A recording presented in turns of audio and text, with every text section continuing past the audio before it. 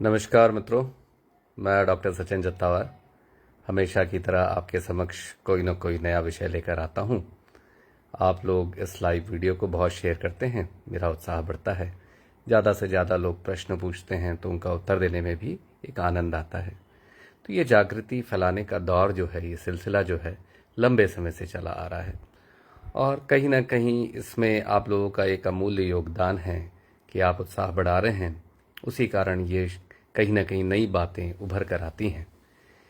मधुमेह के इलाज में हम लोग हमेशा ध्यान देते हैं कि हमें खाली पेट शुगर 100 के आसपास, भरे पेट 180 के अंदर, 3 महीने का एवरेज लगभग 7% रखना होता है। ये मैं हमेशा कहता हूँ और आप लोगों को ये बातें अब शब्द शब्द से रट सी गई होंगी। उद्देश्य भी रटाना ही है। तो जब बातें रट जाती हैं तो कभी कभार क्या होता है कि एक दौर आता है कि हम दवा दे रहे हैं, अचानक से ठंडा पसीना, घबराहट, थरथराहट, कपकपी, बहुत तेज भूख लगना, पसीना पसीना हो जाना, ऐसा होने लगता है। यह स्थिति होती है शक्कर कम होने की, जिसको हम कहते हैं हाइपोग्लाइसीमिया। तो जो हाइपोग्लाइसीमिया की अवस्था है, हमें सभी को डर लगता है। ऐसा डॉक्टर के तौर पे भी हम चाहते हैं कि हमारे मरीज को कभी शक्कर लो ना हो, सामान्य से कम ना हो, हाइपोग्लाइसीमिया ना हो। और मरीजों के लिए भी बहुत ज़रूरी है, क्योंकि हाइपोग्लाइसीमिया बहुत सारी बीमारियों को बढ़ा सकता है। हृदय रोग को बढ़ा सकता है, इससे लकवा हो सकता है, शरीर के अन्य अंगों में परेशानी आ सकती है। तो हाइपोग्लाइसीमिया कोशिश यही रहती है कि कभी ना हो, पर ऐसा होता नहीं, क्योंकि हमें टारगेट्स और पैमाने भी देखने होते हैं, उसे भी प्राप्त करना है। तो सभी स्थितियों के बीच में हम लोग कोशिश करते हैं कि यह अवस्था कम से कम हो। बहुत कोशिश रहती है कि कई बार सब करने के बाद भी हाइपोग्लाइसीमिया हो जाता है। तो इसलिए हमेशा हम सिखा के भेजते हैं कि भाई ठंडा पसीना, घबराहट, थरथराहट, कपकपी, बहुत तेज भूख लगने पर क्या करना है। ये आपके एक योग्य डॉक्टर की लक्षण है जो उनको ये करना ही चाहिए। इसलिए सबसे ज़्यादा ज़रूरी है कि एक अच्छे डॉक्टर का चुनाव करें। उनके इलाज में भी हाइपो होगा, पर आप पूरी तरह से तैयार रहेंगे और आप स्थितियों का सामना करने के लिए सक्षम रहेंगे। यही चीज़ें महत्वपूर्ण हैं। अब बात आती है हाइपोग्लाइसीमिया कैसे टालें, क्यों होता है हाइपोग्लाइसीमिया। देखिए, हाइपोग्लाइसीमिया अगर आपकी दवा का डोज सही नहीं है, इंसुलिन आप लगा रहे हैं या दवा खा रहे हैं और आपने दवा तो खा ली, पर जो सही मात्रा में उस दिन हो सकता है कि आपका मन नहीं किया, कुछ थोड़ा सा टेंशन तनाव है, कुछ लड़ाई झगड़े हो गए, आपने 2 रोटी की जगह 1 ही रोटी खा ली। तो क्या होता है कि ये जो दवाइयाँ हैं, चाहे वो इंसुलिन हो चाहे गोली हो, ये स्मार्ट नहीं है। ये निर्णय नहीं ले सकती कि आपने अभी कम खाया है तो हम असर भी कम दिखाएंगे। अगर ये शरीर में गए तो असर तो उतना ही आएगा जिसके लिए ये बनी है। तो ये असर आने लगता है और शुगर लो हो जाता है। कई बार क्या होता है कि हम अपनी व्यस्तता में, मान लीजिए सुबह आपने डोज ले लिया और दोपहर के खाने के समय आप बहुत व्यस्त हो गए, आपके पास समय ही नहीं हुआ कि आप खाना खा पाएं, या खाना आपका आधा से 1 घंटा लेट हो गया, तब भी विपरीत परिस्थिति बनेगी। शक्कर सामान्य होने की जगह सामान्य से अधिक कम होने लग जाएगी, थरथराहट होगी, घबराहट होगी, पसीना पसीना हो जाएंगे। कुछ लोगों को ऐसा लगेगा कि कुछ समझ में नहीं आ रहा है, कुछ लोगों को हाथों में झुंझुनी महसूस होगी, कुछ लोगों को लगेगा एकदम शरीर ठंडा हो गया है, शिथिल पड़ गया है, तुलतुला हो गया है। तो ये परिस्थिति जब भी है, इसलिए आप सीखिए, ऐसी परिस्थिति जब भी निर्मित होती है, आपको तुरंत मीठा खाना है। उस समय लोग बोलेंगे साहब हमें तो शुगर है और आप बोलते हो मीठा खाना है। मीठा इस समय दवा के रूप में काम करेगा। तो मीठा के तौर पे आप ग्लूकोज के बिस्किट ले सकते हैं, ग्लूकोज का पाउडर ले सकते हैं। कोई ऐसा शीतल पेय जिसमें शुगर फ्री ना डला हो, शुगर डली हो, वो आपके काम आएगा। या आपका भोजन का समय है, आप भोजन करिए, आराम हो जाएगा। तो यह हाइपोग्लाइसीमिया है। शुरुआती दौर में ठंडा पसीना, घबराहट, थरथराहट, कपकपी, बहुत तेज भूख लगना, ऐसा होता है। पसीना पसीना होने लगता है, शरीर बताता है कि भाई शक्कर कम हो रही है, कुछ खा लो। तो ये जो शरीर है, ये अपने आप में एक स्मार्ट मशीन है। हमारी दवाएं स्मार्ट नहीं हैं, पर शरीर बहुत स्मार्ट है। शरीर आपको बताता है, तो आपको जरूरी है कि आपके अपने डॉक्टर की सलाह में ये लक्षण सीखें। इनके लिए मानसिक रूप से तैयार रहिए। बचपन में कहानी थी ना, सियार आया सियार आया। जब सियार आता है तो उस बच्चे को कोई मदद करने के लिए नहीं आ पाता, क्योंकि तो उसके जिस उससे मिलता जुलता ही इसका भी उदाहरण बना सकते हैं आप। तो इसलिए जरूरी है कि हम आपको हाइपोग्लाइसीमिया के बारे में पूरी तरह से जागृत करें, जिससे जब यह अवस्था बने तब आप सही निर्णय लें। नहीं तो कई बार क्या होता है, शुगर बहुत लो हो जाती है, बहुत मरीज ध्यान नहीं दे पाता, रिश्तेदारों को लगता है कि केवल ब्लड प्रेशर बढ़ा है, घबराहट हो रही है, हार्ट का प्रॉब्लम, पर प्रॉब्लम रहता है वो शुगर कम होने का। क्योंकि जब भी शुगर कम होगी दिल की धड़कन तेज होगी, जब भी शुगर कम होगी पसीना पसीना आप हो जाएंगे, जब भी शुगर कम होगी ब्लड प्रेशर आपका बढ़ने लग जाएगा। ब्लड प्रेशर आपको जानकर आश्चर्य होगा कि आपका ब्लड प्रेशर ऊपर वाला 200 तक जा सकता है, नीचे वाला आपका 110 120 तक जा सकता है। तो जो ये परिस्थिति निर्मित होती है ये शक्कर कम होने के कारण होती है, जिसको हम कहते हैं हाइपोग्लाइसीमिया। तो इस समय आपको बहुत सजग रहना है और इलाज के दौरान ऐसा क्या करें कि हाइपोग्लाइसीमिया कम हो। निरंतर नियमित आपके अपने हार्मोन रोग विशेषज्ञों को दिखाएं। कई बार क्या होता है कि हमारे मरीज 2 साल के बाद आते हैं, कहते हैं कि साहब हमारा तो शुगर खाली पेट 100, भरे पेट 180 के अंदर चल रहा है, बहुत अच्छी शुगर चल रही थी इसलिए आपकी लिखी हुई ही दवा खा रहे हैं।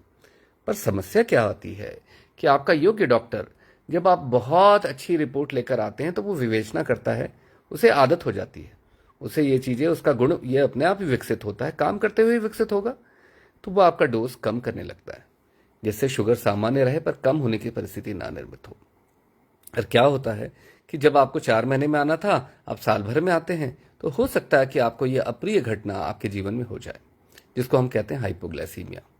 इससे क्या होता है, आपकी जो मानसिक विद्वत्ता है वो भी कम होने लगती है, आपका इंटेलेक्ट ब्लंट होने लगता है, आपका जो चातुर्य है, आपका जो विद्वत्ता है वो कहीं ना कहीं उसकी धार बोथरी पड़ने लगती है, क्योंकि मेमोरी लॉस होने लगता है और याददाश्त कमजोर होने लगती है, व्यवहार में चिड़चिड़ापन आने लगता है और कहीं ना कहीं आपके व्यक्तित्व की चमक कुछ कम होने लगती है। तो ऐसा तो आप कभी भी नहीं चाहोगे।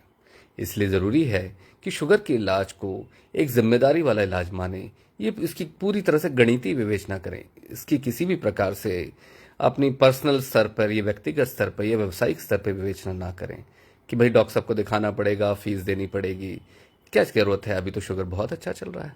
मैं नहीं कह रहा ऐसा सब सोचते हैं, पर कुछ मित्र हमारे इस तरह की भी सोच रखते हैं। पर वहां पे आप ऐसी विवेचना करें कि भाई हाइपोग्लाइसीमिया हो गया तो मैं बहुत सारी बहुमूल्य चीजों से विरक्त हो जाऊंगा, बहुत सारी बहुमूल्य चीजें मुझसे छीन ली जाएंगी। इसलिए जरूरी है कि मैं अपना समय समय पर एक अच्छे हार्मोन रोग विशेषज्ञ को दिखाऊं और जो आपके शुगर की विवेचना करें और कोशिश करें। इतनी सब कोशिशों के बाद भी कुछ लोग जिनको गुर्दे खराब हैं, जिनको हृदय रोग है, जिनको लिवर का प्रॉब्लम है, उनमें हाइपोग्लाइसीमिया होने की संभावना ज्यादा रहेगी। तो आपके डॉक्टर भी आपको बताएंगे कि भाई मैं ये दवा इसलिए लिख रहा हूं और ये टारगेट आपके क्षेत्र में आपको, क्योंकि ये बीमारियां हैं, तो जो आपके लक्ष्य रहेंगे ग्लूकोज के वो खाली पेट 100 नहीं रहेंगे, 125 150 तक रहेंगे। भरे पेट शुगर को हम 180 ना रखते हुए 200 250 रखेंगे। तो ये लक्ष्य भी आपके डॉक्टर निर्धारित करेंगे। पर क्या होता है, ऐसे मरीज भी लौट कर आते हैं, बोलते हैं डॉक्टर साहब शुगर तो बिल्कुल कंट्रोल नहीं, पर जबकि शुगर आपके डॉक्टर आपकी परिस्थिति के अनुरूप कर रहे हैं।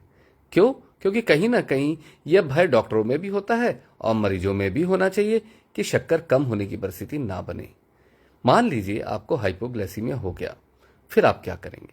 ये चीजें मानना बहुत जरूरी है, क्योंकि लोग हमारे डायबिटीज के मरीज पूछते हैं कि डॉक्टर साहब आप अपना नंबर दे दीजिए, इमरजेंसी में आप बात कर पाएंगे कि नहीं कर पाएंगे। तो मैं उनको कहता हूं कि मैं आपको शारीरिक, मानसिक और हर दृष्टिकोण से तैयार करता हूं और ये बताकर भेजता हूं कि जब भी शक्कर कम हो तो मीठा खाना है। अब रात के 2 बजे भी रिंग करेंगे तो डॉक्टर आपकी केवल इतनी ही मदद कर पाएगा, इसलिए यह सलाह अपने दिल के करीब रखिए। इसमें डॉक्टर की आवश्यकता नहीं है। ठंडा पसीना, घबराहट, थरथराहट, कपकपी, बहुत तेज भूख लगना ऐसा होता है तो तुरंत मीठा खाइए। मीठा कितना? 15 ग्राम ग्लूकोज ले लें, आपको 1 गिलास पानी मिला के ले लीजिए, या कोल्ड ड्रिंक है या कुछ मीठा है, कुछ ग्लूकोज के बिस्किट हैं, तो वो बराबर आप खाइए। उस समय तक खाइए जब तक आपको अच्छा ना लगे। उस समय कोई ऐसा सोचना नहीं है कि भाई थोड़ा सा मीठा खा लेंगे या एक छोटी सी टॉफी खा लेंगे, नहीं। आराम मिलना बहुत जरूरी है। मान लीजिए बहुत से मरीजों को 100 में से 99 को ऐसा करने पे आराम हो जाएगा, वो बिल्कुल ठीक हो जाएंगे। फिर उनको दूसरे दिन अपने डॉक्टर से मिलना चाहिए। अपने डॉक्टर से मिलिए, अपना डोज तय कराएं, जिससे ये संभावना कट जाएगी। बहुत से लोग एक बार ऐसा होने पे, दूसरी बार होने पे, तीसरी बार होने पे हर बार बस मीठा ही खाते रहते हैं, वो भी गलत है। आपको अपनी डॉक्टर की सलाह लेनी चाहिए। ये एक बहुत ऐसा क्षण है जहां पे किसी भी प्रकार की बातें आपके मन में नहीं आनी चाहिए। आपको अपने डॉक्टर से मिलें, उनसे डोज तय करवाएं। बात यह होती है कि मान लीजिए शुगर कम हो गया और बेहोशी आ गई। अब आप तो मरीज को कुछ खिला नहीं सकते, अटेंडेंट का यहाँ रोल आता है। इसलिए रिश्तेदारों से यहाँ मैं बात करना चाहता हूँ कि आपके घर में किसी को हो गया, पिताजी को हो गया, भाई को हो गया, वाइफ को हो गया, माताजी को हो गया और वो बेहोश हो गई, तो क्या करना चाहिए? देखिए, ये परिस्थिति तो अस्पताल ले जाने की है। इसमें आप अपने चिकित्सक को फ़ोन करेंगे तो भी बहुत ज़्यादा लाभ नहीं होगा। पर अस्पताल ले जाने के दौरान तक क्या करें? तो कोशिश करिए कि आपके घर में अगर शहद है तो शहद को बाकायदा शहद लीजिए और मसूड़ों पे लगा दीजिए।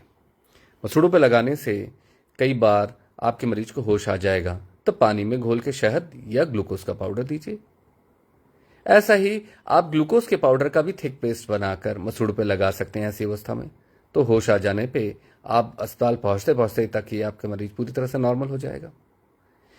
कुछ लोग जिनको बहुत संभावना होती है, जैसे टाइप 1 डायबिटीज के मरीज हैं, 4-4 बार इंसुलिन लगा रहे हैं और शुगर होने की लो होने की संभावना बहुत ज़्यादा होती है, तो उनमें हम कहते हैं कि आप ग्लूकेगॉन का इंजेक्शन घर पर रखिए।